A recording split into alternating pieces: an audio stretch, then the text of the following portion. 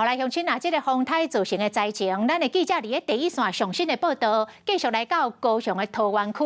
当地是继续来落强降雨，老龙溪溪水涨大水，相关的单位预防性甲桥封起来，禁止人车通行。现场的状况，要请记者婉莹讲，互咱知。婉莹，请讲。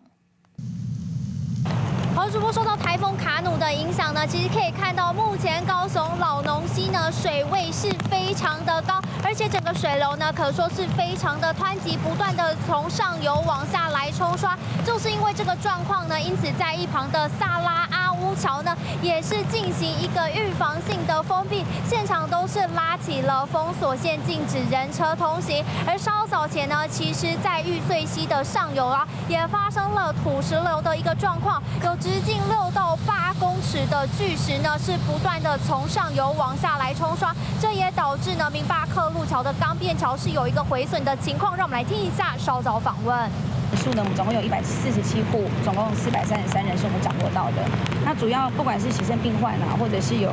病妇相关的，就是有病号的，都已经先撤离下山。 好，可以听到呢，这个一冲毁明巴克路桥的钢便桥呢，也造成桃园区3个里呢是有里民受困的一个情况。目前呢，梅山里是有50户，复兴里有62户，拉布兰里一共有35户，总共有147户的民众呢是受困在上面。不过乡公所也表示呢，目前都已经准备好充沛的粮食。其实目前在桃园区这里呢，24小时的时雨量已经达到299毫米，其实呢，雨势也是不断的在下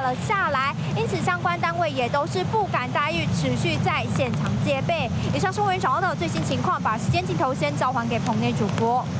Hello， 我是林仙怡，想要抢先掌握最及时的新闻资讯吗？赶快订阅、按赞、开启小铃铛，锁定华视新闻 YouTube 频道。